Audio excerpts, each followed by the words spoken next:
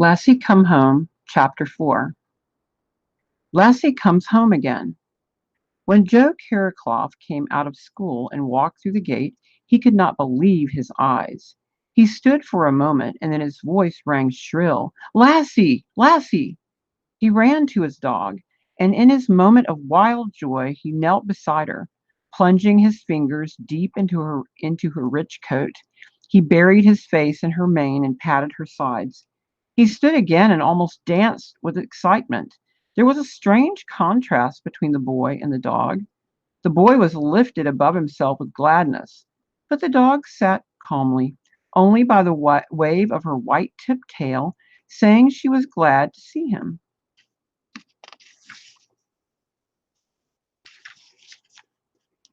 It was as if she said, "What's there to be excited about? I'm supposed to be here, and I am here. What's so wonderful in all that?" "Come, Lassie," the boy said. He turned and ran down the street. For a second he did not reason out the cause of her being there. When the wonder of it struck him, he pushed it away. Why question how this wonderful thing had happened? It was enough that it had happened. But his mind would not stay at rest. He quieted it again. Had father bought the dog back again? Perhaps that was it. He raced on down High Street, and now Lassie seemed to catch his enthusiasm. She ran beside him, leaping high in the air, barking that sharp cry of happiness that dogs often can achieve.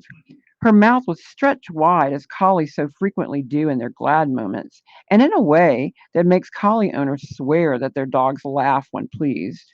It was not until he was passing the labor exchange that Joe slowed down.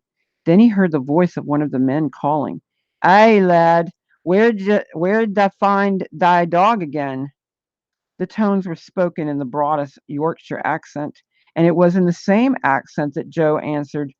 For while in school all the children spoke pure English, it was the one it was one it was considered polite to answer adults in the same accents that they used. "She were be the schoolgate," Joe shouted, but after that he knew the truth. His father had not bought the dog back again, or else all the men would have known it.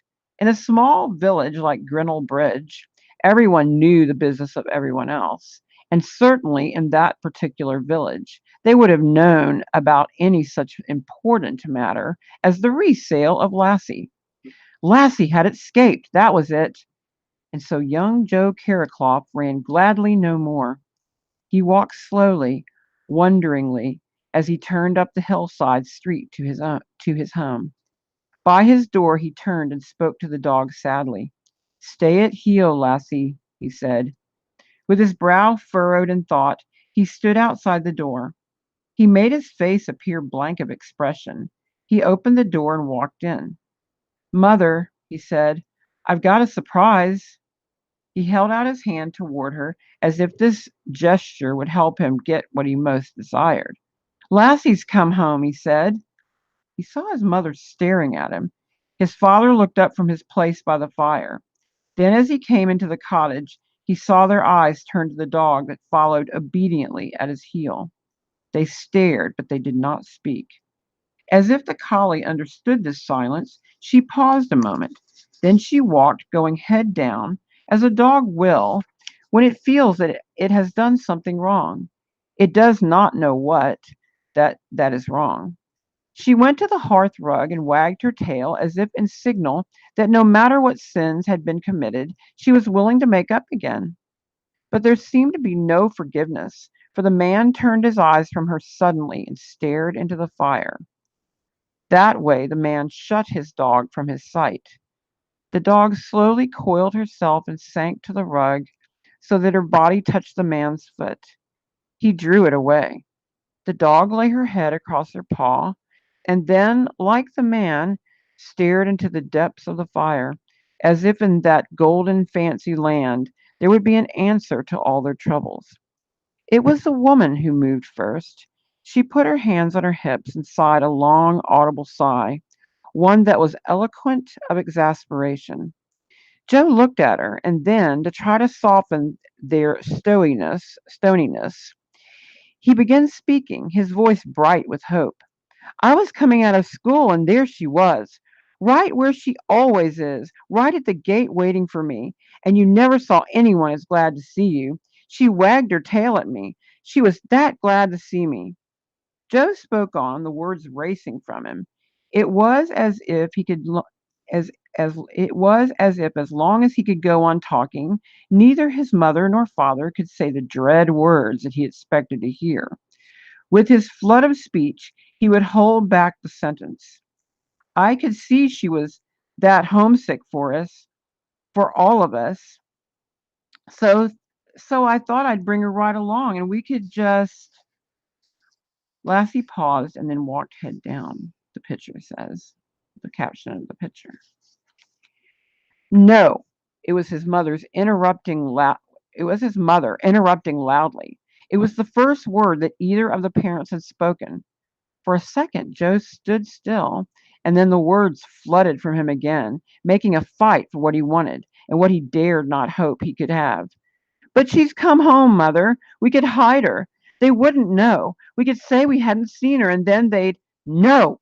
His mother's voice repeated the words sternly. She turned away angrily and continued to set the table. Again she found relief, as the village women do, in scolding. Her voice ran on, and with the words coming cold and sharp to cover up her own feelings.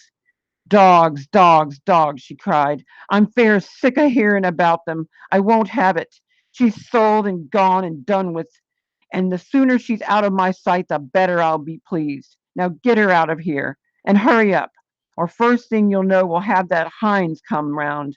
That know-it-all Hines. Her voice sharpened with the last words, for she pronounced them in imitation of Hines' way of speaking. The Duke of Rudling's kennelman was from London, and his clipped southern British accent always seemed to irritate the local people, whose speech was broad-voweled and slow. Now that's my say, Joe's mother went on, so you might as well put it in your pipe and smoke it. She's sold, so take her right back to them that's bought her. Feeling there was no help coming from his mother, Joe turned to his father sitting before the fire. But his father sat as if he had not heard a word spoken. Joe's underlip crept out stubbornly as he sought for some new means of argument. But it was but it was Lassie who argued for herself. Now that the cottage was silent, she seemed to think all trouble was past. Slowly she rose, and going to the man, began nudging his hand with her slim muzzle, as a dog so often will when it wants attention and comfort from its master. But the man drew his hand away from the dog's reach and went on staring into the fire. Joe watched that. He turned a soft argument on his father. Father, he said sadly, you might at least bid her welcome. It isn't her fault, and she's that glad to be home. Just pat her. Joe's father gave no sign that he had heard his son's words. Happen they don't care for her right up at the kennels, Joe went on, as if speaking to the open air of the cottage. Do you think they understand how to feed her properly? Now, for instance, look at her coat. It does look a bit poorly, doesn't it? Father, don't you think just a bit of linseed oil strained through her drinking water would bring it up a little? That's what I'd do for a dog that could stand a bit brighter coat, wouldn't you, Father? Still looking in the fire, Joe's father began nodding slowly. But if he did not seem aware of his son's attack, Mrs. Carraclough understood it. She sniffed. Ay, she stormed at her son, that wouldn't be a Carraclough nor a Yorkshireman if thou didn't know more about tykes than breaking eggs with a stick. Her voice droned on in the cottage. My goodness, sometimes it seems to me that men in this village think of more of their tykes than they do of their own their flesh and blood. That they do. Here's hard times, and they get to work? No, they go on the dole, and I swear some of them will be quite content to let their own children go hungry as long as the dog gets fed. Joe's father shifted his feet uneasily. But the boy interrupted quickly. But truly, mother, she does look thin. I'll bet you anything they're not feeding her right. Well, she answered pertly, at that I wouldn't put it past Mr. Know-it-all Hines to steal best part of the dog meat for himself. I never saw a skinnier looking meaner faced man in all my life. During this flow of words, her eyes had turned to the dog and suddenly her tone changed. By gum, she said, she does look a bit poorly. Poor thing. I'd better fix her a little summit. She can do with it, or I don't know dogs. Then Mrs. Carracloff seemed to realize that her sympathies were directly opposed to the words she had been speaking 5 minutes before. As if to defend herself and excuse herself, she lifted her voice. But the minute she's fed, back she goes, she scolded. But when she's gone, never another tyke will I have in my house. All you do is bring 'em up and work 'em over 'em, and then they're as much trouble as raising a child. And after all your work's done, what do you get for it? Thus, chattering angrily, Mrs. Carracloff warmed a pan of food. She set it before the dog, and she and her son stood watching Lassie eat happily. But the man never once turned his eyes toward the dog that had been his. When Lassie had finished eating, Mrs. Carracloff picked up the plate. Joe went to the mantelpiece and took down a folded piece of cloth and a brush. He sat on the hearth rug and began pretting the dog's coat. At first the man kept his eyes on the fire.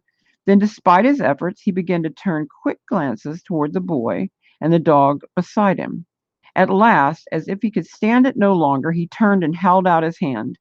That's no way to do it, lad, he said, with his rough voice full of warmth. If you're off to do a job, you might as well learn to do it right. Sitha, like this. He took the brush and cloth from his son and, kneeling on the rug, began working expertly on the dog's coat, rubbing the rich, deep coat with the cloth, cradling the aristocratic muzzle carefully in one hand, while with the other he worked over the snow white of the collie's ruff and aristocratically fluffed out the leggings and the apron and the petticoats. So for a spell there was quiet happiness in the cottage. The man lost all other thoughts as he gave his mind over to the work. Joe sat on the rug beside him, watching each turn of the brush and remembering it, for he knew, as in fact every man in the village knew, that there was not a man for miles around who could fix up a collie either for workday or for show bench as Sam Carracloff, his father, could. And his greatest dream and ambition was to be, some day, as fine a dogman as his father was. It was Mrs. Carracloff who seemed to remember first what they had all driven from their minds, that Lassie no longer belonged to them. Now, please, she cried in exasperation, will you get that tyke out of here? Joe's father turned in sudden anger. His voice was thick with the Yorkshire accent that deepened the speech of all the men of the village. Ye wouldn't have me takin' her back lookin' like a mucky Monday wash, would ya? Look, Sam, please, the woman began. If you don't hurry her back, she paused and they all listened.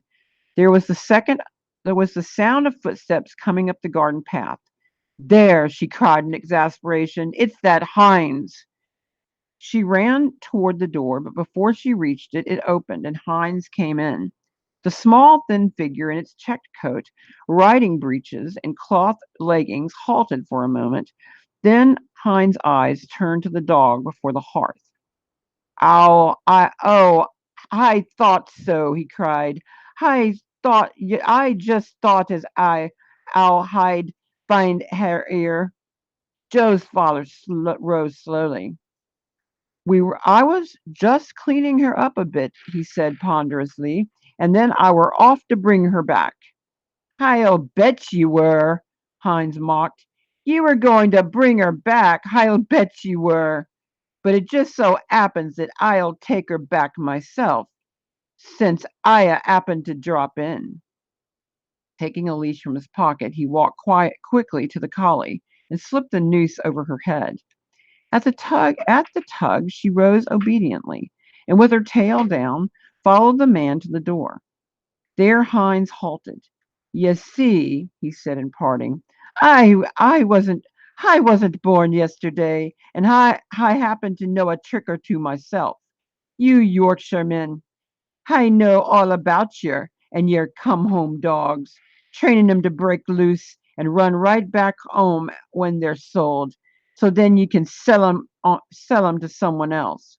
Well, it won't work with me, it won't, because I know a trick or two myself, I do." He halted suddenly, for Joe's father, his face deep red with anger, had started toward the door. Good evening," Heinz said quickly. Then the door closed, and Heinz and the collie were gone. For a long time there was a silence in the cottage, and then Mrs. Carracloff's voice rose. "I won't have it. I won't," she cried, walking into my house and home without so much as a by your leave, and keeping his hat on as if he thinks he's the very Duke himself, and all on account of a dog. Well, she's gone, and if you ask me, I say good riddance. Now happen we can have a little peace. I hope I never see her again, I do." As she scolded, her tongue running on, Joe and his father sat before the fire. Now both of them stared into it, unmoving and patient, each bearing his own thoughts inside himself, as the North Country people do when they are deeply troubled. The end of chapter 4.